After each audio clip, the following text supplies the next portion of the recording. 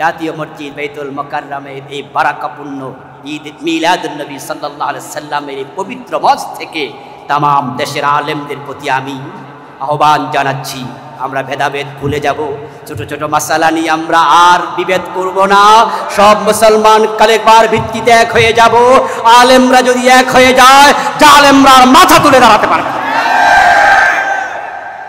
53 বছর যারা দেশ চালালো, তারা যদি আল্লাহর কোরআন দিয়ে চালাতো, তাহলে তাদের ব্যাপারে আমাদের কোনো অভিযোগ ছিল না। আমাদের এই আলোচনা কি তাদের সাথে শত্রুতার কারণে, না আল্লাহর আইনের বিধানের কারণে? আল্লাহর কিছু বিধানকে তারা এই দেশে বাস্তবায়িত হতে দেয়নি। কোরআন এখানে পরিচালিত, তারা হয়ে গেছে পরিচালক। কোরআন এখানে শাসিত, তারা হয়ে গেছে শাসক। কোরআন এখানে পরাজিত, তারা ছিল বিজয়ী। কিন্তু আল্লাহর কোরআন পরিচালিত হতে আসেনি, পরিচালক হতে এসেছে। শাসিত হতে আসেনি, শাসক হতে এসেছে। পরাজিত হতে আসেনি, বিজয়ী হতে এসেছে। আল্লাহর দেয়া সুযোগ কাজে লাগাইয়া আগামী বছর অথবা তার পরের বছর নতুন যে নির্বাচন হবে, আলেম ওলামা ইসলাম ওলামা একমত হয়ে যাও, কোরআন বিজয়ী হয়ে যাবে।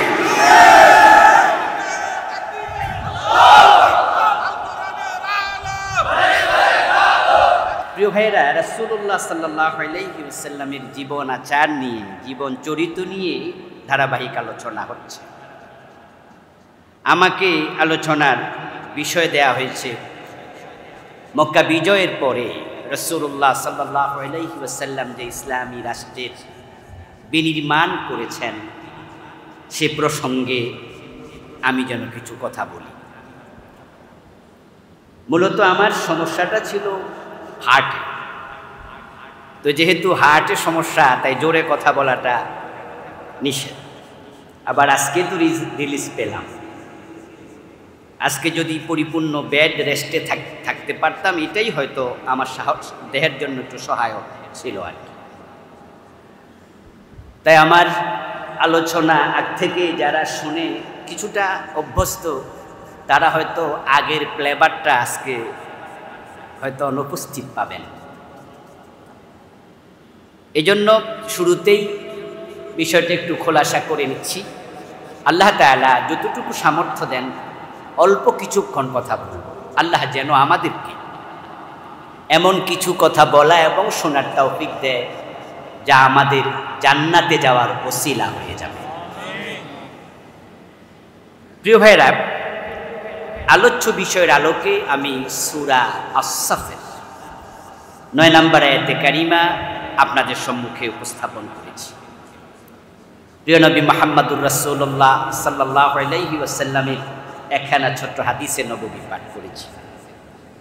আল্লাহ তাআলার উপর ভরসা করে আমরা সামনে আগাচ্ছি। ওয়া মা তাওফীকি ইল্লা বিল্লাহ। রাসূলুল্লাহ সাল্লাল্লাহু আলাইহি ওয়াসাল্লাম হচ্ছেন আমাদের জন্য একমাত্র আদর্শ, মডেল, নামুজাজ, উসওয়া, কুদওয়া, আইডল। তিনি হচ্ছেন এমন এক মহান মানুষ, মানবিক যত গুণ আল্লাহ তাআলা সৃষ্টি করেছেন, তামাম দুনিয়ার সব মানুষের মাঝে যত উত্তম মানবিক গুণ আল্লাহ ছড়িয়ে ছিটিয়ে দিয়েছেন, নবী মুহাম্মদের ভিতরে আল্লাহ সবগুলোকে একসাথ করে দিয়েছেন। মেধা, প্রজ্ঞা, বিচক্ষণতা, বুদ্ধিমত্তা, প্রত্যুৎপন্নমতিত্ব, এক কথায় যত মানবিক গুণ থাকতে পারে, যত উত্তম বৈশিষ্ট্য থাকতে পারে, আল্লাহ আমাদের প্রিয় নবী মুহাম্মদুর রাসূলুল্লাহ সাল্লাল্লাহু আলাইহি ওয়াসাল্লামের ভিতরে সবগুলোকে একত্রিত করেছেন। সুবহানাল্লাহ। করে আল্লাহ তাআলা তাকে আমাদের সম্মুখে উপস্থাপন করে বললেন, লাকাদ কানা লাকুম ফি রাসূলিল্লাহি উসওয়াতুন হাসানাহ। তোমাদের জন্য রাসূলুল্লাহর জীবনেই আছে সর্বোত্তম আদর্শ। প্রিয় নবীকে সামনে রেখে আল্লাহ তাআলা আমাদেরকে বললেন যে, আতিউল্লাহ ওয়া আতিউর রাসূল, তোমরা আল্লাহর আনুগত্য করো এবং এর রাসূলের আনুগত্য করো। রাসূলুল্লাহ সাল্লাল্লাহু আলাইহি ওয়াসাল্লামের আনুগত্য যদি কোনো মানুষ করে, আল্লাহ তাআলা অন্য আয়াতে বলছেন, মান ইউতিউর রাসূলা ফাকাদ আতা আল্লাহ, যে ব্যক্তি রাসূলের আনুগত্য করলো সে যেন সরাসরি আল্লাহর আনুগত্য করল। আর যে ব্যক্তি রাসূলকে আনুগত্য করবে, আল্লাহ তাআলা পবিত্র কোরআন মাজিদে তার ব্যাপারে বলছেন, কুল ইন কুনতুম তুহিব্বুনাল্লাহ ফাত্তাবিউনি ইউহিব্বুকুমুল্লাহ ওয়া ইয়াগফির লাকুম যুনুবাকুম ওয়াল্লাহু গফুরুর রহিম। হে প্রিয় নবী, আপনি বলুন, তোমরা যদি আল্লাহকে ভালোবাসতে চাও, আল্লাহর ভালোবাসা পেতে চাও, আমি নবীকে অনুসরণ করো। আলোচ্য বিষয়, প্রিয় নবী মক্কা বিজয়ের পরে ইসলামী রাষ্ট্র কিভাবে বিনির্মাণ করলেন। এখন আমরা আজকে আলোচনা শুনব আর বাড়িতে গিয়ে ঘুমিয়ে থাকব। তাহলে কি রাসূলের অনুসরণ হলো? নবী মুহাম্মদুর রাসূলুল্লাহ সাল্লাল্লাহু আলাইহি ওয়াসাল্লাম ইসলামী রাষ্ট্র মদিনায় প্রতিষ্ঠিত করেছেন। 10টি বছর সেই ইসলামী রাষ্ট্রের তিনি প্রেসিডেন্ট ছিলেন। খন্দকার মাহবুব ভাই বলেছে তিনি আবার রাষ্ট্রপতি। আচ্ছা, রাসূল রাষ্ট্রপতি ছিলেন, এই মেসেজটা আজকেই কি আমরা জানি না আগেই জানি? তো নবী মুহাম্মদকে যদি বাংলার 92% মুসলমান অনুসরণ করত, তাহলে তো ধর্মনিরপেক্ষতার অনুসারীরা এদেশে রাষ্ট্রপতি হতে পারত না। রাসূল রাষ্ট্রপতি আমরা সবাই জানি। রাসূলুল্লাহ সাল্লাল্লাহু আলাইহি ওয়াসাল্লাম প্রেসিডেন্ট ছিলেন। বাংলাদেশের লোকেরা এটা আগেই জানে। মক্কা বিজয়ের পরে তিনি একটি ইসলামী রাষ্ট্রকে পরিপূর্ণতা দিয়েছেন। এই ওয়াজ আবুল কালাম আজাদ আজকে করবে আর আপনারা জানবেন। ব্যাপারটা কি তা? এটা সবাই জানে। প্রবলেম হলো এক জায়গায়, আমরা জানি কিন্তু অনুসরণ করি না। রাসূলুল্লাহ সাল্লাল্লাহু আলাইহি ওয়াসাল্লাম একাই রাষ্ট্রপ্রধান ছিলেন না। উনি ইন্তেকাল করার পরে উনি ইন্তেকাল করলেন সোমবারে। আপনারা জানেন যে উনাকে দাফন করা হয়েছে মঙ্গলবার দিবাগত রাতে তথা বুধবারে। সূর্য যখন ডুবে যায় তখন কিন্তু নতুন দিবসের আগমন ঘটে। আল্লাহর হাবিব সাল্লাল্লাহু আলাইহি ওয়াসাল্লাম ইন্তেকাল করলেন সোমবার। সোমবারে সাহাবাই কেরাম উনাকে দাফন করলেন না। অথচ প্রিয় নবী সাল্লাল্লাহু আলাইহি ওয়াসাল্লামের কথা ছিল, বক্তৃতা ছিল, নির্দেশনা ছিল, 3টি কাজ তোমরা দেরি করো না। একটা হলো কোনো বিবাহের উপযুক্ত মেয়ের যদি যোগ্য পাত্র পাওয়া যায়, বিয়ে দিতে দেরি করা যাবে না। যখন কোনো মানুষ মারা যায় তাকে দাফন করতে দেরি করো না। রাসূলুল্লাহ বলছেন যদি সে ভালো মানুষ হয় তাহলে তাকে তার উত্তম জায়গায় পৌঁছিয়ে দাও, আর যদি লোকটা খারাপ হয় কাঁধ থেকে বোঝা নামিয়ে দাও। দুজনে যখন ঝগড়া হয় তখন তাদের মাঝে মিলমিশ করে দিতে দেরি করো না। যে নবী সাহাবাদেরকে যেই কথা বলতেন সাহাবারা সেটাই মানত, এক চুল হেরফের করতেন না। তারা প্রিয় নবীকে কবর দিতে দেরি করলেন, সোমবারে কবর দিলেন না। মঙ্গলবার পুরাটা দিন চলে গেল, কবর দিলেন না। দিবাগত রাতে, তাও মধ্যরাতিতে, মা আয়েশা থেকে বর্ণিত হাদিসে পাওয়া যায়, তিনি বলছেন এশারের নামাজের পরে আমরা আল্লাহর হাবিবকে মাটি দেয়ার আওয়াজ শুনে বুঝছি উনাকে দাফন করা হচ্ছে। সাহাবাই কেরাম রাসূলের কথা দেরি করো না কবরস্থ করতে, এটা তারা আমল করেননি। কেন? কারণ প্রিয় নবী সাল্লাল্লাহু আলাইহি ওয়াসাল্লাম ইন্তেকালের সময় ওনার পরবর্তী প্রেসিডেন্ট খলিফা নির্ধারণ করে যাননি। সাহাবায়ে কেরামের কাছে প্রিয় নবীকে দাফন করার চেয়েও পরবর্তী খলিফা নির্ধারণ করার গুরুত্বটা বেশি ছিল। সোমবার পুরাটা দিন তারা কে পরবর্তী প্রেসিডেন্ট খলিফা হবে তা নিয়ে আলোচনা করতে করতে পুরা সোমবার শেষ হয়ে গেল। আল্লাহর হাবিবের পরে আবু বকর সিদ্দিক রাদিয়াল্লাহু তাআলা আনহু খলিফা হলেন, রাষ্ট্রপতি। আবু বকরের পরে হযরত ওমর, ফারুক আজম ওমর রাদিয়াল্লাহু তাআলা আনহুর পরে হযরত উসমান, ওসমানের পরে হযরত আলী। 30 বছর 4 খলিফা। তারা মসজিদেরও ইমাম ছিলেন, রাষ্ট্রেরও প্রধান ছিলেন। রাসূলুল্লাহ নিজে রাষ্ট্রপতি, 4 খলিফা রাষ্ট্রপতি। কিন্তু মুসলমানরা রাসূলের ইসলামী রাষ্ট্র, 4 খলিফার ইসলামী রাষ্ট্রের ইতিহাস জানে, কিন্তু অনুসরণ করতে রাজি হয় নাই। না হওয়ার কারণে 53 বছরের বাংলাদেশে ইসলামী শাসন কায়েম হয় নাই।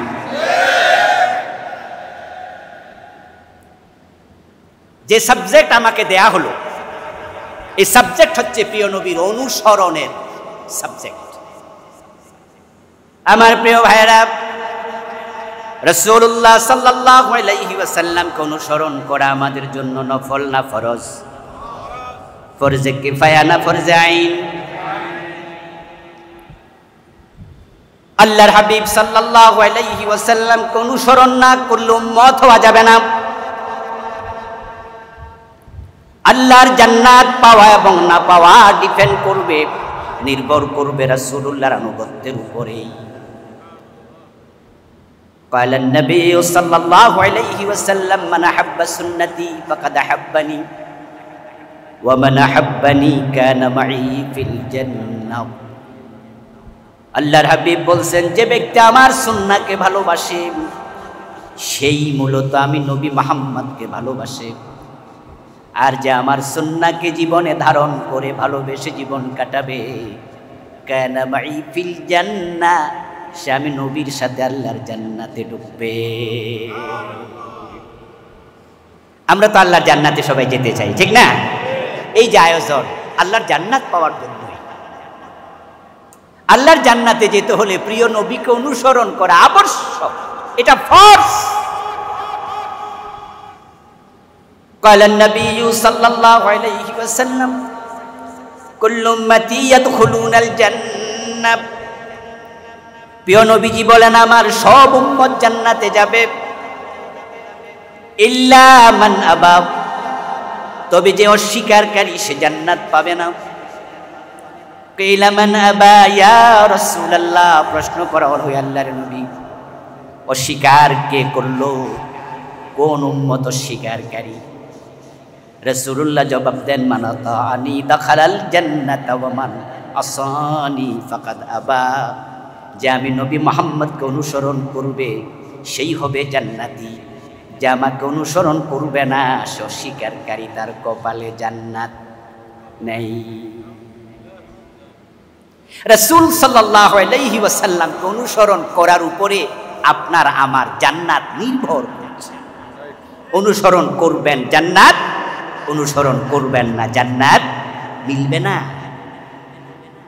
দাবি করলেই হবে না আমি উম্মত, দাবি করলেই হবে না আমি আহলে সুন্নাত আল জামাতের লোক, দাবি করলেই হবে না আমি আশিকে রাসূল, দাবি করলেই হবে না আমি সুন্নি। এগুলো দাবি করার বিষয় নয়, রাসূলকে অনুসরণ করে বাস্তব জীবনে এগুলো দেখানোর বিষয়। এজন্য প্রিয় নবী বলছে, মান আহাব্বা সুন্নতি ফাকাদ আহাব্বা। রাসূলকে মানতে হবে, অনুসরণ করতে হবে। মনে মনে কেউ কেউ আবার ভাববেন, যাক তাহলে তো আমি রাসূলের সাথে জান্নাতে যাওয়ার মোটামুটি একটা ব্যবস্থা হয়েছে, কারণ আমি তো দাড়ি রাখছি। রাসূলের দাড়ি ছিল, আমারও দাড়ি আছে। রাসূল টুপি মাথায় দিতেন, আমিও টুপি মাথায় দিই। রাসূল সাল্লাল্লাহু আলাইহি সাল্লাম ডান পা দিয়ে মসজিদে ঢুকতেন, আমিও তো ঢুকি। উনি বুকে হাত বাঁধতেন অথবা নাবির নিচে, আমিও তো বাঁধি নামাজে। তো সুন্নাহ তো আমার ভিতরে আছে, পাঞ্জাবি, টুপি, পাগড়ি, পায়জামা, অনেক সুন্নাহ আমি মানি। তাহলে তো রাসূলের সাথে জান্নাতে আমি ঢুকবো, আপনি ভাবতে পারেন। প্রিয় ভাই, হ্যাঁ, যদি আপনার জীবনে রাসূলুল্লাহ সুন্নাহ পাওয়া যায়, আপনি সত্যিকার অর্থেই আহলে সুন্নাহ হন, তাহলে আপনাকে রাসূল বলছে কানা মাই ফিল জান্নাহ, সে জান্নাতে ঢুকবে, কোনো সন্দেহ নাই। কিন্তু আপনি কি দাড়ি টুপি পাজামা পাঞ্জাবি এটাকেই শুধু সুন্নাহ পাবেন, এর বাহিরে কি সুন্নাহ নাই? সুন্নাহ কি জীবনে খণ্ডিত হবে নাকি পুরা জীবনে হবে?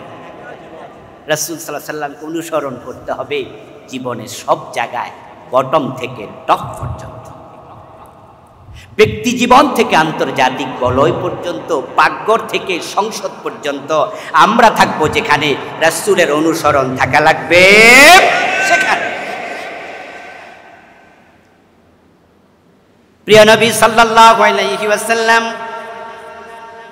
কোরআনের বাহিরে নিজের জীবনে সামান্যটুকু চলেন নাই, কোরআনের বাহিরে কোনো কথা তিনি বলেন নাই, ওহির বাহিরে বলতেন না, ওহির বাহিরে চলতেন না। রাসূল যেমন ওহী অনুসরণ করেছেন, সেই ওহী আমাদের কাছেও আছে না নাই? তারাকতু ফীকুম আমরাইন লান তাদিল্লু মা তামাসসাকতুম বিহিমা কিতাবাল্লাহি ওয়া সুন্নতি। প্রিয় নবীর ইসলাম হলো পূর্ণাঙ্গ, আল্লাহর ইসলাম পূর্ণাঙ্গ, আর আমাদের জীবনে ইসলাম হলো অর্ধেক। কারো 25% ইসলাম, কারো 50%, কারো 75%। আলহামদুলিল্লাহ, আল্লাহর এমন কিছু বান্দাও আছে যারা জীবনে 100% ইসলাম মানতে রাজি হয়ে বসে আছে। ওই ইসলাম মানার পথে চলতে গিয়ে জেল জুলুম অত্যাচার যাই চালানো হোক, চুল পরিমাণ সরে নাম, পূর্ণ ইসলাম মানতে গিয়ে হাসতে হাসতে ফাঁসির মঞ্চে যেত তারা রাজি হয়ে যায়। ইসলামকে তারা পূর্ণাঙ্গ জীবন বিধান হিসাবে গ্রহণ করেছে। আল্লাহর বক্তব্য হলো বিসিলমি কাফা। কনসেপ্ট আপনি নিন প্রিয় ভাই, কনসেপ্ট নিন। এত আশিকে রাসূল বাংলাদেশে, এত সুন্নি জনতা বাংলাদেশে, আচ্ছা শিয়া বাংলাদেশে কয় পার্সেন্ট আছে? আমরা যত পাসপোর্ট লিখ বানাই, আমাদের ভোটার আইডি হয়, আমাদের বিভিন্ন পরিচয় হয়, সেখানে লেখা থাকে সুন্নি মুসলিম বা শিয়া। আমরা যে সুন্নির গড়ে দাগ দেই, আমার মনে হয় বাংলাদেশে শিয়ার পার্সেন্টেজ 1 হবে না, 1% হবে না, হয়তো 0 তারপরে হবে। এত মানুষ সুন্নি, তাহলে এই দেশ আল্লাহর ওহী দিয়ে কেন চলে না? এতে বোঝা গেল পুরা জীবনে ওহী মানতে সুন্নিরাই রাজি হয় নাই। তারা খণ্ডিত ইসলাম পেয়ে খুশি, অথচ আল্লাহর বক্তব্য হলো ফিসিলমি কাফা, ইসলামে পুরা ঢোকা। ইসলামী রাষ্ট্র রাসূল মক্কা বিজয়ের পরেই প্রতিষ্ঠিত করেছেন, ব্যাপারটি তা নয়। মক্কার বিজয়ের পরে তিনি পূর্ণতা দিয়েছেন। মূলত ইসলামী রাষ্ট্রের গোড়া পত্তন হয় হিজরতের পর থেকে। সুবহানাল্লাহ পড়ে। মক্কা বিজয়ের পরে তো কোরআনের আয়াত নাজিল হয়েছে অল্প কয়টা। মক্কা বিজয়ের আগেই তো কোরআনের অধিকাংশ নাজিল হয়ে গেছে। অধিকাংশ ফৌজদারি বিধান মক্কা বিজয়ের আগে এসেছে। রাসূল সাল্লাল্লাহু আলাইহি ওয়াসাল্লামের জীবনে যত জিহাদ ছিল 27টিতে তিনি সেনাপতি ছিলেন। মক্কা বিজয়ের পরে জিহাদ হয়েছে মাত্র 2টা, হুনাইন এবং তাবুক। বাকি মক্কা বিজয় সহ 25টা তো আগেই হয়ে গেছে। আল্লাহর হাবিব মদিনা হিজরত করার পরেই তো পৃথিবীর প্রথম লিখিত সংবিধান, দি চার্টার অফ মদিনা, ইসলামের প্রথম লিখিত কনস্টিটিউশন তিনি লিখেন হিজরতের পরপর। আউস, খাজরাজ, বনু নজির, বনু কোরাইজা, বনু কায়নুকা সব মানুষকে সাথে নিয়ে তিনি মদিনা একটি শান্তিপূর্ণ রাষ্ট্র প্রতিষ্ঠিত করলেন। হিজরতের পর মক্কা বিজয়ের পরে মক্কা সহ টোটাল আরব অঞ্চলে ইসলামকে পূর্ণতা দিয়েছেন। ইসলামী রাষ্ট্র কেন এস্টাবলিশ করা লাগলো? কারণ হচ্ছে কোরআন যদি পরিপূর্ণ কায়েম করতে চান, ইসলামী রাষ্ট্র কায়েম না করলে পূর্ণ কোরআন কায়েম করা যাবে না। কারণ কোরআন মাজিদের এমন কিছু বিধান আছে যেগুলো ইসলামী রাষ্ট্রের সাথে ডিরেক্ট সম্পর্ক। যেমন আপনারা যারা এখানে আছেন সবাই তো বুদ্ধিমান মানুষ, বলুন তো চোর ধরে হাত কাটা এই বিধানটা আল্লাহর কোরআনে আছে না নাই? চোর ধরে হাত কাটা রাষ্ট্রের জন্য এটা নফল না ফরজ? ফরজ। এই 52 বছর বা 53 বছরের বাংলাদেশে এই ফরজ বিধানটা কি আমরা একদিন কায়েম করতে পেরেছি? কারণ ইসলামী রাষ্ট্রের অনুপস্থিতি। অথচ শুনুন, রাসূলুল্লাহ সাল্লাল্লাহু আলাইহি ওয়াসাল্লামের সময় একজন মহিলা চোর ধরা পড়ল। আল্লাহর হাবিব বললেন তার হাত কেটে দাও। ওই মহিলা ছিল বিবাহিতা, সম্ভ্রান্ত বংশের নারী। রাসূল সাল্লাল্লাহু আলাইহি ওয়াসাল্লামের পালক পুত্র হযরত যায়েদ, ওনার ছেলের নাম ছিল ওসামা। আল্লাহর হাবিব তাকে খুব বেশি মহব্বত করতেন। হযরত ওসামা ইবনে যায়েদ রাদিয়াল্লাহু তাআলা আনহু অন্যান্য সাহাবার পরামর্শের আলোকে প্রিয় নবীর কাছে গিয়ে বললেন, ইয়া রাসূলুল্লাহ, এই মহিলার হাত না কেটে অন্য কোনো শাস্তি দেয়া যায় কিনা, একটু বিবেচনা করুন। হযরত ওসামার পরামর্শ শুনে প্রিয় নবীজি সাল্লাল্লাহু আলাইহি ওয়াসাল্লাম রেগে গেলেন। উনার চেহারা লাল হয়ে গেল। সাহাবাদেরকে ডেকে তিনি একটি ভাষণ দিলেন, খুতবা দিলেন। ওই খুতবার মাঝে প্রিয় নবীজি বলছেন, আমার সাহাবারা, ওই মহিলা নয়, আমার মেয়ে ফাতেমা যদি চুরি করত, আমি নবী মুহাম্মদ ফাতেমার হাতটাও কেটেই।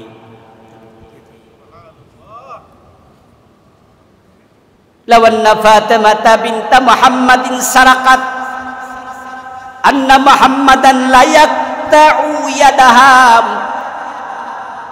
এই মহিলা নয়, যদি মুহাম্মাদের মেয়ে ফাতেমা চুরি করে আমি ফাতেমার হাতও কেটেই দেব। কারণটা কি?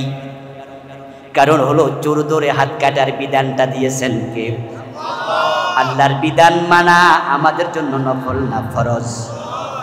আল্লাহর বিধান না মানলে আখিরাতে জবাবদিহিতার সম্ভাবনা আছে না নাই? রাসূলুল্লাহ সাল্লাল্লাহু আলাইহি ওয়াসাল্লাম বলতেছেন, আমি আমার মেয়ের হাত কেটে দেব। এবার ও সুন্নি মুসলমান বাংলাদেশের, আপনাদের কাছে আমি প্রশ্ন রাখি, 53 বছরের বাংলাদেশে আপনারা চোরের একদিনও হাত কাটলেন না।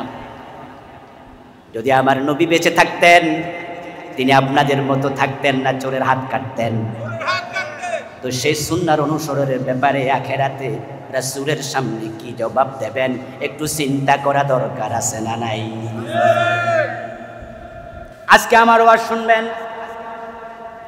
আগামীকাল যদি আপনার ঘরে চোর ঢোকে, তাহলে আপনি চোর ধরে হাত কেটে দেবেন? এ সুযোগ আছে? কারণ ইসলামের ফৌজদারি বিধানগুলো ব্যক্তি কায়েম করবে না, এটা রাষ্ট্রের সাথে সম্পৃক্ত।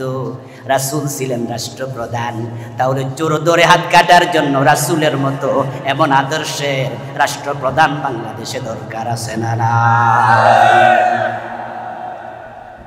53 বছরে এটা করলেন। বাইতুল মুকাররম জাতীয় মসজিদের খতিব যদি, ইমাম যদি আগামীকালকে নামাজ পড়ায় টুপি ছাড়া, উনি টুপি ছাড়া এক ওয়াক্ত নামাজ পড়ায় ফেলছে, এটা নিয়ে ফেসবুকে জ্বর উঠার সম্ভাবনা আছে না? আচ্ছা, টুপি মাথায় দেয়া কি ফরজ না সুন্নাহ? সুন্নাহ মুআক্কাদা না সুন্নাহ নাফিলা? এই যে আমি টুপি খুলছি, গুনাহ হয়ে গেছে? এর মানে হচ্ছে এটা এমন একটা সুন্নাহ যেটা দিলে সওয়াব আছে, না দিলে কোনো গুনাহ নাই। কিন্তু চোর ধরে হাত কাটা সুন্নত না ফরজ? ফরজে কিফায়া না ফরজে আইন? 53 বছর চোর ধরে হাত কাটলো না, এই নিয়ে সুন্নি মুসলমানরা ফেসবুকে জ্বর তুলছে কয়দিন। আজীব মুসলমান, আজীব ইসলাম, আজীব কনসেপশন। ফারুক আজম ওমর রাদিয়াল্লাহু তাআলা আনহুর সন্তান আবু শাহামা যুদ্ধের মাঠে গেল। যুদ্ধটা সংগঠিত হয়েছে তৎকালীন মিশরে। ওখানকার গভর্নর ছিলেন হযরত আমর ইবনুল আস রাদিয়াল্লাহু তাআলা আনহু। যুদ্ধের ময়দানে যুদ্ধ চলাকালে পিপাসা লাগলো, পানি পান করার জন্য তাঁবুর ভিতরে গেলেন হযরত আবু সাহামা। গিয়ে দেখেন একটা মশকের মাঝে খেজুর ভিজানো। খেজুর যদি ভিজিয়ে রাখে, খেজুরের মাঝে একটু লালিমা তৈরি হয়, পানিতে হালকা মিষ্টি মিষ্টি ভাব আসে, এটার নাম হলো নাবিদ। এটা শরবত, এটা খাওয়া জায়েজ। কিন্তু যদি এই নাবিজ 2 দিন 3 দিন 5 দিন লম্বা সময় ধরে ভিজানো থাকে, ওটার মাঝে মাদকতা তৈরি হয়, তার নাম খমর, মদ, এটা খাওয়া হারাম। এখন নাবিজ কখন খমর হয় সেটা যাচাই করার জন্য সেটা নাইরা সাইরা দেখা লাগে। নাবিজ হলো পাতলা, খমর হলো একটু গাঢ়। নাবিজের গায়ের মাঝে ফেনা থাকে না, খমরের গায়ের মাঝে ফেনা তৈরি হয়। যখন নাবিজ ভিজায়া রাখে, হাত্তা কালা ওয়াশতাদ্দা ফাসারা খামরা শারবুহু হারাম ওয়ালাউ কানা কাত। যখন জোশ আসে, ফেনা তৈরি হয়, গাঢ় হয়ে যায়, তার মাঝে মাদকতা তৈরি হয়, তখন তা পান করা হারাম, 1 ফোঁটাও পান করা যাবে না। আবু সাহামা পিপাসিত হয়ে তাঁবুতে ঢুকে ওই নাড়াচাড়া দেবেন, একটু দেখবেন, সে সময় কম, যুদ্ধ চলছে তো, তাই নবীজ মনে করে তাড়াহুড়া করে ডকডক করে পান করলেন। মদ পান করার পরে নবীজ তো না, এটা খমর হয়ে গিয়েছে, তিনি টের পান না। কিন্তু মদের ক্রিয়া উনি মাতলামি শুরু করে দিলেন। যখন তিনি মাতলামি করলেন, সতীর্থরা দেখলো, ইন্না লিল্লাহ ইন্না লিল্লাহ, ওমরের ছেলে যুদ্ধের ময়দানে মদ পান করে মাতলামি করে, কাজটা কি? সমালোচনা শুরু।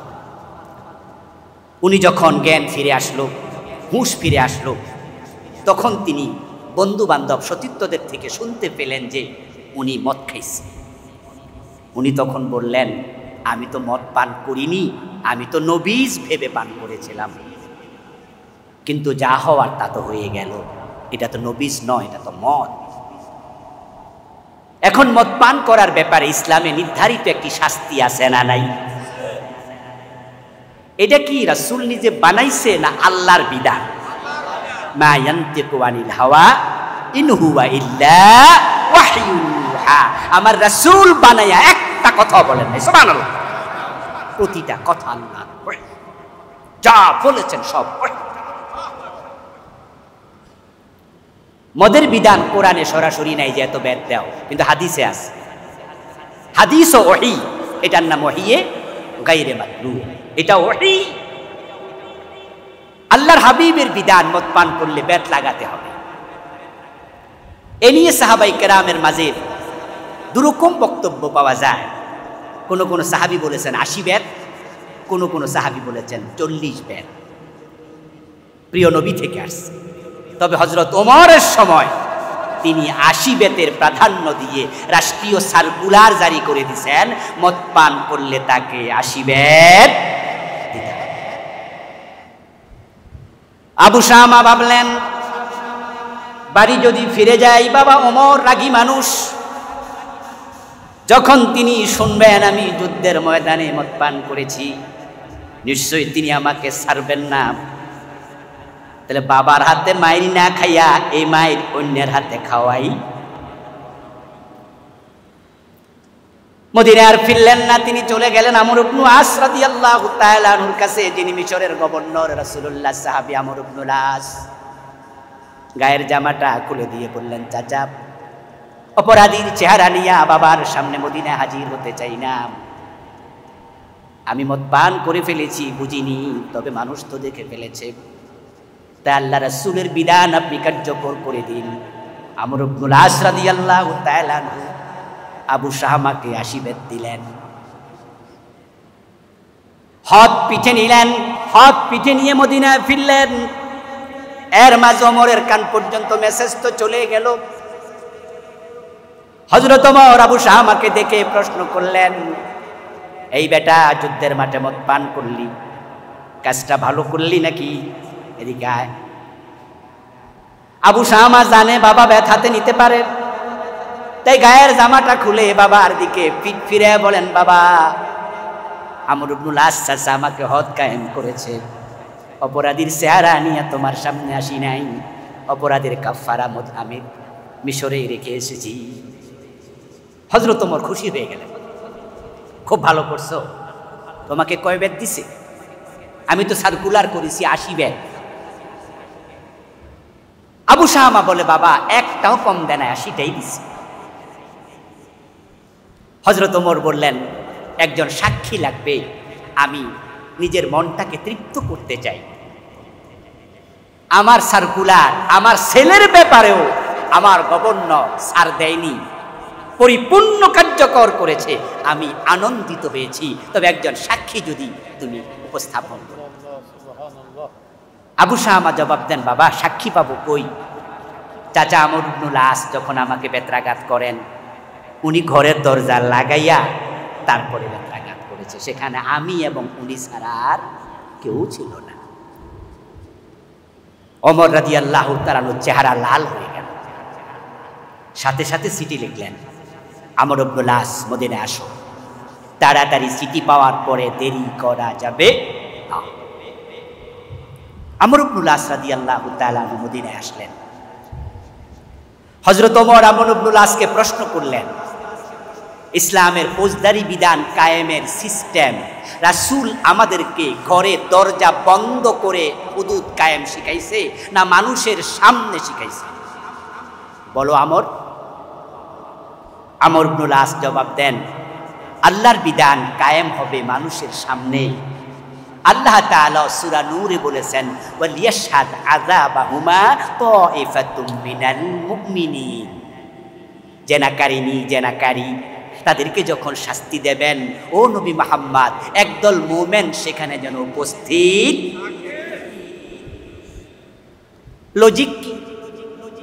লজিক হলো, যারা অপরাধ করে তারা শাস্তি পেয়ে অপরাধ থেকে নিবৃত্ত হবে, আর যারা দেখবে তারা শাস্তি দেখে অপরাধ করার সাহস আর করবে না। ইসলাম কত সুন্দর! তাহলে আমর ইবনুল আস, তুমি যদি এটা জানো, তাহলে আমার ছেলেকে 80 বেদ দেওয়ার সময় ঘরের দরজা বন্ধ কেন করেছ সে জবাব দিতে হবে। আমার রাসূলের সিস্টেম তুমি চেঞ্জ কেন করলে? আমর ইবনুল আস রাদিয়াল্লাহু তাআলা আনহু জবাব দেন, আমিরুল মুমিনিন, আপনার ছেলে আবু শামা ছাড়া আজ পর্যন্ত আমি যত লোকের পিঠে বেত্রাঘাত করেছি, যত হুদুদ আমি কায়েম করেছি, আমি সব প্রকাশ্যে করেছি, ঘরের দরজা বন্ধ করে করি নাই। কিন্তু যখন আবু শামাকে বেত্রাঘাত করার জন্য আমি চাবুক হাতে নেব, তখন আমার চোখে আপনার এই চেহারা ভেসে উঠেছে। হায়রে আমিরুল মুমিনিনের ছেলে মানুষের সামনে পিটাইলে হযরত ওমরের আত্মসম্মান নষ্ট হবে। আপনার ছেলেকে যদি আমি পিটাই মানুষের সামনে, আপনার পার্সোনালিটিতে লাগতে পারে। এই জন্য আমি ভাবলাম যে 80 বেদ দেয়া আনা জরুরি। আপনার ইজ্জতের দিকে তাকাইয়া আমি ঘরের দরজা বন্ধ করে আল্লাহর কসম একটাও কম দেই নাই, 80টাই দিছি। হযরত ওমর বললেন, অপরাধীর পিতৃ পরিচয় থাকে না। আল্লাহর নবীর সুন্নাহর মাঝে সামান্য হেরফের, এটা সহ্য করা হবে না, তোমার বিচার বাতিল, আবার 80 বেদ দিতে হবে। আবু শামাকে আবারও 80 বেদ দেওয়া। কবি নজরুল চমৎকার ভাবে বলেছিলেন, মদ্যপানের অপরাধী প্রিয় পুত্রকে নিজ করে, মেরেছ দোররা মরেছে পুত্র তোমারই চোখের পরে। এই বেত্রাঘাতের পরে আবু শামা আর বেশি দিন বেঁচে থাকেননি। কোন কোন ঐতিহাসিক বলেছেন 15 দিন বেঁচে ছিলেন, কেউ কেউ 1 মাসের কথা বলেছেন, কেউ আরো কম বেশি বলেছেন। আবু শামা এরপর অসুস্থ হলেন, কেউ কেউ বলেছেন যে স্বাভাবিক অসুস্থতায় তিনি মারা গেছেন, কেউ কেউ বলেছেন না, ডাবল বেত্রাঘাতে তিনি অসুস্থ হয়েছেন। এবং তার অসুস্থ অবস্থায় হযরত ওমর ছেলেকে দেখতে গেলেন। আবু শাহামাকে দেখতে গিয়ে কপালে চুমু দিয়ে বললেন, ইয়া বুনাইয়া কাইফা আনতা, হে আমার কলিজার টুকরা ছেলে, কেমন আছো? তখন আবু শাহামা জবাব দেন, ইয়া আবাতি তাকতুলুন, বাবা, আমার প্রিয় বাবা, আপনি জিজ্ঞাসা করছেন আমি কেমন আছি, অথচ আপনি তো আমাকে বাইরাইয়া পিটাইয়া আপনি আমাকে মেরে ফেলেছেন। ওমর জবাব দেয়, ইযা লাকাইতা রাব্বাকা ফাখবিরহু ইন্না ওমরা ক্বাদ আকামানিল হাদ্দা। ও আমার কলিজার টুকরা আবু শাহামা, যদি তুমি অসুস্থতায় মরে যাও, আল্লাহর সাক্ষাৎ হলে আল্লাহর কাছে জানাইয়া দিও, শরীয়তের বিধানের ব্যাপারে আমার বাবা ওমর আমাকেও সামান্য ছাড় দেয় নাই। এবার আপনাদের কাছে আমার প্রশ্ন, বাংলাদেশে মাদক আছে না নাই? আচ্ছা, ৮০ বেতের আইন এই ৫৩ বছরে কয়দিন কায়েম করছেন? ইমাম সাহেবের মাথায় টুপি নাই, সমালোচনার জ্বর উঠে যাবে ফেসবুকে। এই টুপি মাথায় না দিলে নামাজ ক্ষতি হয় না, নামাজের কিচ্ছু হয় না, গুনাহ হয় না। হ্যাঁ, টুপির গুরুত্ব আছে, আমরা টুপির গুরুত্বকে ছোট করছি না, টুপি সুন্নাহ, কিন্তু না দিলে কি নামাজ বাতিল হবে? এটা কি ফরজ? এটা কি ওয়াজিব? কিন্তু এই সুন্নাহ যখন আমি মাথায় দেব না, আমাকে নিয়ে সমালোচনা হবে। যেমন আজকের মাহফিলে যদি আমি সারাক্ষণ টুপি খুলে ওয়াজ করতাম, ফেসবুকে ছবি দিয়ে কালকে লেখা শুরু হইতো যে উনি কি ওয়াজ করলো, সুন্নাহই মানে না, অথচ এটা নফল, এটা নিয়ে জ্বর ওঠে। মদ পান করলে ৮০ বেত দেয়া, আর এত শক্ত বিধান ৫৩ বছর বাংলাদেশে চলছে না, তা নিয়ে ফেসবুকে জ্বর ওঠে না। এতেই বোঝা গেল ইসলামের মূল কনসেপ্ট আমরা বুঝতে।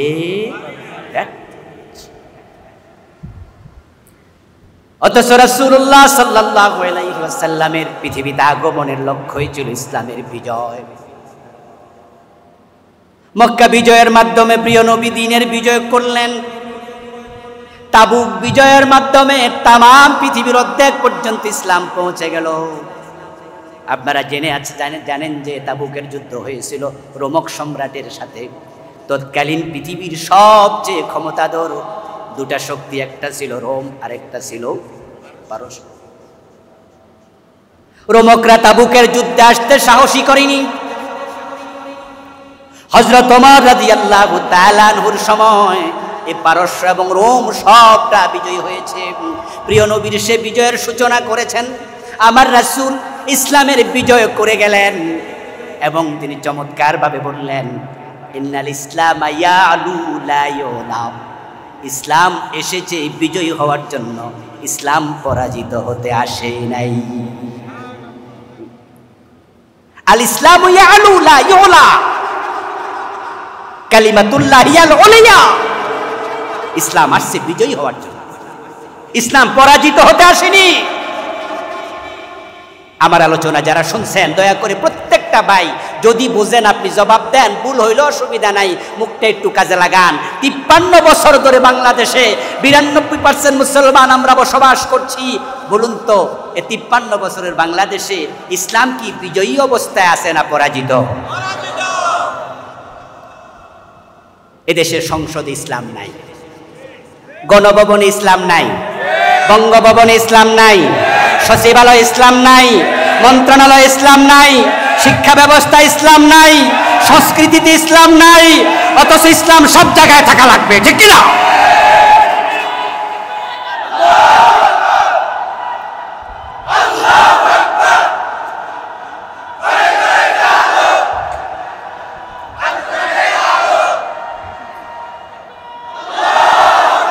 আমার প্রিয় ভাইয়েরা, আল্লাহর নবীকে আল্লাহ দুনিয়ায় পাঠিয়েছেন ইসলামের বিজয়ের জন্য। রাসূলুল্লাহ সাল্লাল্লাহু আলাইহি সাল্লামের জীবনের প্রধানতম লক্ষ্যই ছিল দ্বীনের বিজয় করা। এই কথাটা আল্লাহ তাআলা কুরআন মাজিদের ৩টি সূরাতে বলেছেন। আরে ভাই, মক্কা যখন বিজয় হয়ে গেল, সুবহানাল্লাহ পড়েন, কি লাভ! বিজয় যে কত আনন্দ, বিজয় যে কত আনন্দ। বিজয়ের আগ পর্যন্ত আল্লাহর ঘর কাবার ভিতরও মূর্তি ছিল, ঠিক না?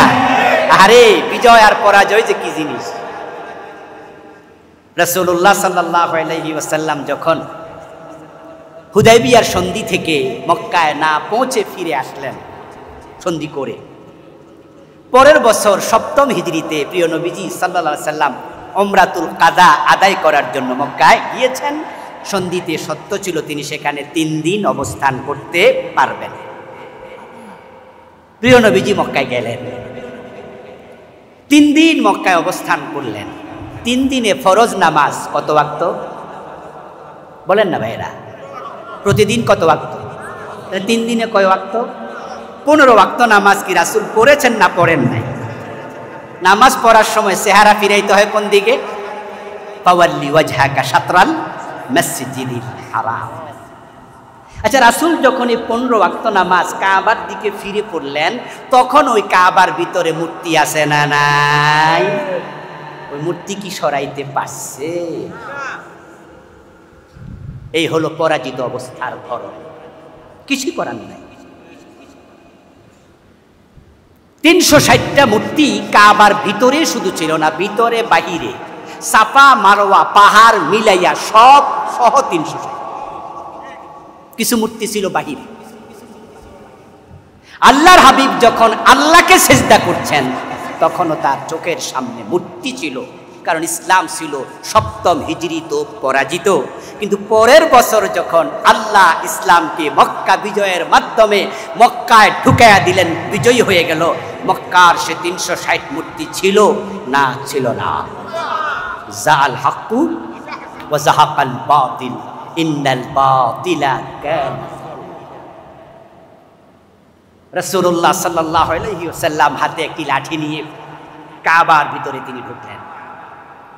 ঢুকে তিনি ওই লাঠি দিয়ে মূর্তির মাথায় আঘাত করলেন, গলায় লাগাইয়া হাতের লাঠি ধাক্কা দিলেন, টান দিলেন, মূর্তিগুলা উপর হয়ে পড়ল। প্রিয় নবী তিলাওয়াত করছিলেন, জাআল হাক্কু, সত্য এসেছে, ওয়া যাহাকাল বাতিল, বাতিল চলে গেছে। সুবহানাল্লাহ। ইন্নাল বাতিলা কানা যাহুকা, বাতিল থাকতে আসেনি, বাতিলকে চলে যেতেই হবে। আপনারা একটু বলুন তো প্রিয় ভাইয়েরা, অন্ধকার দূর করার জন্য আলো দরকার আছে না নাই? জাআলাজ যুলুমাতি ওয়ান নূর, কোরআনে আল্লাহ তাআলা বলেছে জাআলাজ যুলুমাতি ওয়ান নূর। আল্লাহ বলছেন তিনি অন্ধকার বানাইছেন এবং আলো বানাইছেন। অন্ধকারকে আগে বলেছেন, কারণ হচ্ছে অন্ধকারই আগে বানাইছে, আলো আসার পর অন্ধকার পালিয়ে যায়। ইসলাম হলো আলো। আল ইসলামু নূরুন ওয়াল কুফরু যুলুমা। আল্লাহর হাবিব দ্বীনের বিজয় করলেন, আলহামদুলিল্লাহ, ইসলাম প্রতিষ্ঠিত হয়ে গেল। এখন বাংলাদেশে এই যে কোথাও ইসলাম নাই, অনিসলাম ওনারা, ধর্মনিরপেক্ষতার ধ্বজাধারীরা, ইসলাম বিদ্বেষীরা, এই দেশের রাম এবং বামেরা যারা নিজেদেরকে ধর্মনিরপেক্ষতাবাদী বলছে, তারা আসলে ধর্মনিরপেক্ষতাবাদী না, বরং প্রত্যেকটাই ধর্ম বিদ্বেষী।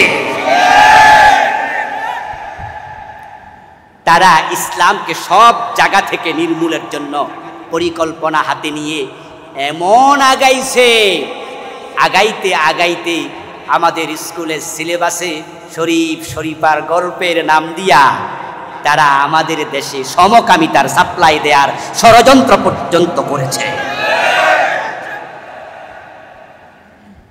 শিক্ষা ব্যবস্থা ইসলাম শেষ করে দিয়েছে। শিক্ষা ব্যবস্থা, নতুন গভর্নমেন্ট, বর্তমান অন্তর্বর্তীকালীন সরকার আসলো, আপনারা দেখেছেন, এসেই তারা আগের শিক্ষা কারিকুলামকে স্থগিত, পরিবর্তন শুরু করে দিয়েছে। কারণটা কি? কারণটা কি? এই গভর্নমেন্ট এসেই শিক্ষা ব্যবস্থায় কেন হাত দিয়েছে? কারণ এই দেশের শিক্ষা ব্যবস্থাকে এতটা ধ্বংস করেছে, এই শিক্ষা ব্যবস্থায় যে পড়ে বড় হবে, বরং আস্তিক না হয়ে নাস্তিক হয়ে বেড়ে উঠবে।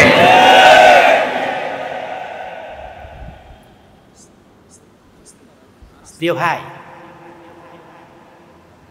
কথা বলতে গেলে ভুলা যায়। আর বলেছি শুরুতেই যে আগের প্লেবার দিতে পারবো না, আমরা আলোচনাও কম করব। আমরা কনসেপ্ট নিয়ে বাড়ি যেতে চাই। ওদখুলু ফিস-সিলমে কাফা। আচ্ছা, এই অর্ডারটা কি আমার না আল্লাহ? আমরা কেউ বানাইয়া বলছি? তাহলে আপনি ইসলামকে অর্ধেক ঢুকলেন। আপনি বলছেন যে আমি কোরআন মানি, তবে কোরআনেও সামান্য সামান্য ঝামেলা আছে, বেশি নাই, নাউজুবিল্লাহ। আর সহিহ হাদিসগুলা মানি। বক্তৃতা দিচ্ছে একজন নেতা, যে উনি বলছেন উনি সহিহ হাদিসগুলো মানেন, হাদিসে নাকি ঝামেলা আছে। আচ্ছা, হাদিসে ঝামেলা আছে, মাউদু আছে, জয়ীফ আছে, কোরআনেও নাকি সামান্য আছে, আস্তাগফিরুল্লাহ। অথচ লা রাইবা কোরআনে কোনো সন্দেহ। আচ্ছা, হয়তো উনি ভুলে বলেছে, মাফ করে দিন, স্লিপ অফ টাইম। কিন্তু আমার বিনয়ের সাথে উনার কাছে এবং এই চিন্তা যারা লালন করছেন পুরা জাতির মাঝে, সবার কাছে আমার একটা প্রশ্ন, সহিহ হাদিস যদি মানেন, চোর ধরে হাত কারো, ডাকাত ধরে শুলে দাও, মদ পান করলে 80 বেত লাগাও, জেনা করলে পাথর মারো, কোরআন এবং সহিহ হাদিস এগুলো আছে না নাই? তো সহিহ হাদিস মানলে 53 বছরে এগুলো কই? আসলে আমরা সুবিধা মানি, আমরা ইসলাম মানি ততক্ষণ, সুবিধা আছে যতক্ষণ। মসজিদে ঢুকবেন ডান পা দিয়ে, কারো আপত্তি নেই। বাম পা দিয়ে বের হবেন, কারো আপত্তি নেই। ইসলাম আপনি মানছেন আংশিক, টুপিদারি পাজামা পাঞ্জাবি, কোন আপত্তি। কিন্তু যখনই পূর্ণাঙ্গ ইসলামের কথা ওঠে তখন চালাক মানুষেরা বোঝে একটু ঝামেলা আছে। মসজিদ আল্লাহর আইনে চলুক, কোনো অসুবিধা নাই, কিন্তু রাষ্ট্র যদি আল্লাহর আইনে চলে তাহলে তো আমার সিনেমা হলটা থাকবে। আচ্ছা, আপনারাই বলুন তো, জুমার দিন সিনেমা হলের মালিক যারা, তারা কি মসজিদে যায় না? তো ওরা যখন ওয়াজ শোনে মসজিদ আল্লাহর আইনে চলিতেই হইবে, তখন তারাও কয় জি। যখন বলে দেশটাও, তখন কয়, কারণ তার সিনেমা হলে ঝামেলা হবে। মসজিদ আল্লাহর আইনে চলবে, জি। দেশ আল্লাহর আইনে চলবে, তখন যারা সুদী ব্যাংকের মালিক আছে তারা ভাবে আল্লাহর আইন রাষ্ট্রে কায়েম হলে তো সুদী ব্যাংক আর থাকবে না, তখন তার মুখ বেজার হয়ে যাবে। প্রিয় ভাইয়েরা আমার, অথচ আল্লাহর বিধান হচ্ছে যে আপনি থাকবেন যেখানে আল্লাহর আইন থাকতেই হবে। আলা লাহুল খালকু ওয়াল আমর, সাবধান, সৃষ্টি যার, আইন চলবে। প্রিয় নবীজিকে আল্লাহ তাআলা পাঠালেন কেন? তিনি কোরআন মাজিদের 3টি সূরাতে বলেছেন। সূরা সাফ আয়াত নাম্বার 9, সূরাতুল ফাতহ আয়াত নাম্বার 27, সূরাতুত তাওবা আয়াত নাম্বার 33। 3টি সূরাতে ভিন্ন 3টি আয়াতে আল্লাহ তাআলা একই কথা 3বার বলেছেন। হুয়াল্লাযী আরসালা রাসূলাহু বিল হুদা ওয়া দীনিল হাক্কি লিইয়ুযহিরাহু আলাদ দীন কুল্লিহি।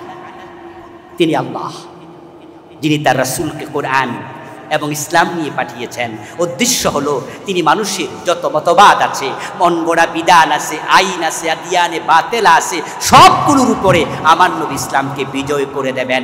প্রিয় নবী মক্কা বিজয়ের মাধ্যমে, তাবুক বিজয়ের মাধ্যমে ইসলামের বিজয় করে তামাম আরব ভূখণ্ডের বিশাল অংশে ইসলামকে প্রতিষ্ঠিত করেছেন। আসুন আমরা আমাদের আল্লাহর দেয়া সুযোগটা এবার কাজে লাগাই। আলহামদুলিল্লাহ, আলহামদুলিল্লাহ, 53 বছর পরে আল্লাহ বাংলাদেশের মুসলমানদের হাতে নতুন একটা সুযোগ দিয়েছেন। এমন সুযোগ আমরা এই 53 বছরে পাই নাই। আপনারাই বলুন তো বর্তমান অন্তর্বর্তীকালীন সরকার যদি সিদ্ধান্ত নেয় গণভোট দিয়া নতুন সংবিধান লিখবে, সেই সুযোগও আছে না নাই? এই সুযোগ এই 53 বছরে আমরা দ্বিতীয়বার আর 72তে সংবিধান লেখা হয়েছে, দেশ স্বাধীন হওয়ার পরের বছর। তারপর থেকে সংবিধান প্রয়োজনে বিভিন্ন ধারা উপধারা পরিবর্তন হয়েছে, কিন্তু সম্পূর্ণটা বাতিল করে দিয়ে নতুন করে লেখার কথা কোনো গভর্নমেন্ট ভাবতে পারে নাই। কিন্তু বর্তমান সরকার চাইলে সরাসরি আল্লাহর কোরআনটাকে সংবিধান ঘোষণা দিতে পারে। সে সুযোগ আছে, আল্লাহর দেয়া সুযোগ। 53 বছর যারা দেশ চালালো, তারা যদি আল্লাহর কোরআন দিয়ে চালাতো তাহলে তাদের ব্যাপারে আমাদের কোনো অভিযোগ ছিল না। আমাদের এই আলোচনা কি তাদের সাথে শত্রুতার কারণে না আল্লাহর আইনের বিধানের কারণে? আল্লাহর কিছু বিধানকে তারা এই দেশে বাস্তবায়িত হতে দেয়নি। কোরআন এখানে পরিচালিত, তারা হয়ে গেছে পরিচালক। কোরআন এখানে শাসিত, তারা হয়ে গেছে শাসক। কোরআন এখানে পরাজিত, তারা ছিল বিজয়ী। কিন্তু আল্লাহর কোরআন পরিচালিত হতে আসেনি, পরিচালক হতে এসেছে। শাসিত হতে আসেনি, শাসক হতে এসেছে। পরাজিত হতে আসেনি, বিজয়ী হতে এসেছে। আল্লাহর দেয়া সুযোগ কাজে লাগাইয়া আগামী বছর অথবা তার পরের বছর নতুন যে নির্বাচন হবে, আলেম ওলামা ইসলাম ওলামা একমত হয়ে যাও, কোরআন বিজয়ী হয়ে যাবে।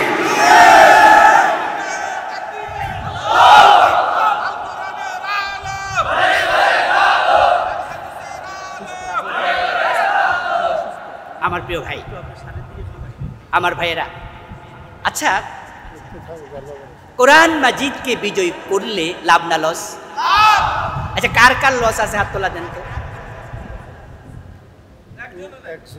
আমি আবার বলছি, একটু বুঝবেন। কোরআন যদি এই দেশে বিজয়ী হয়ে যায়, লাভ না লস? এখানে আমাদের কারো লস আছে? আচ্ছা যদি লস না থাকে তাহলে বিজয়ের ব্যাপারে আপনি ভূমিকা কেন রাখেন? আচ্ছা আপনারা একটু বলুন তো, কোরআন যদি এই দেশে কায়েম হয়, রাষ্ট্রীয় সম্পদ কি লুট হবে না আমানত হেফাজত হবে? চুরি ডাকাতি চলবে না বন্ধ হবে? অনাচার ব্যভিচার চলবে না বন্ধ হবে? রাতের আধারে গভীর রজনীতে সুন্দরী নারী তার গলায় স্বর্ণের নেকলেস পরে বাবার বাড়ি থেকে শ্বশুর বাড়ি একা একা যাবে, রাস্তায় আল্লাহ ছাড়া কারো অন্তরে আর অন্য কোনো ভয় থাকবে? আল্লাহর বিধান এত চমৎকার। আপনার লক্ষ টাকা আপনার মানিব্যাগে, আপনার হাতে থাকবে, বুক পকেটে, মানুষ দেখবে 1000 টাকার নোট আপনার পকেটে, ভয় থাকবে না। অফিসে যাওয়ার পরে কেউ আপনার ফাইল আটকাইয়া ঘোষ চাইবে না। আপনাকে সুদ দেয়া লাগবে না। ইসলামী রাষ্ট্র, কল্যাণ রাষ্ট্র প্রতিষ্ঠা যখন করবে, করজে হাসানার সিস্টেম চালু হয়ে যাবে।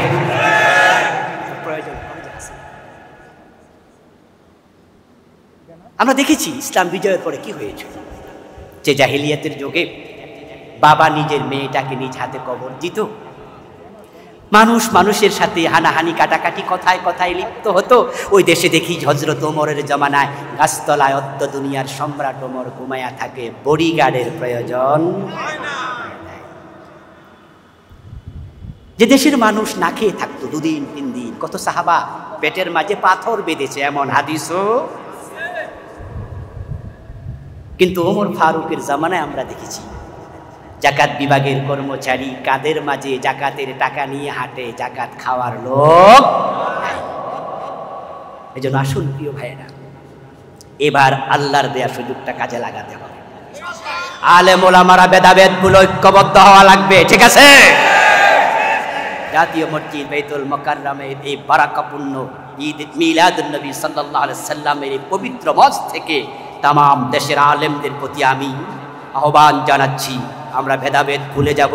ছোট ছোট মাসালা নিয়ে আমরা আর বিভেদ করব না।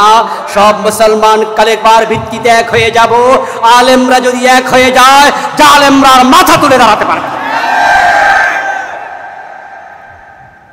আলেমরা যদি এবার এক হয়ে যেতে পারে, এমন গণজোয়ার ইসলামের পক্ষে উঠবে যেটা আমরা কল্পনাও করতে।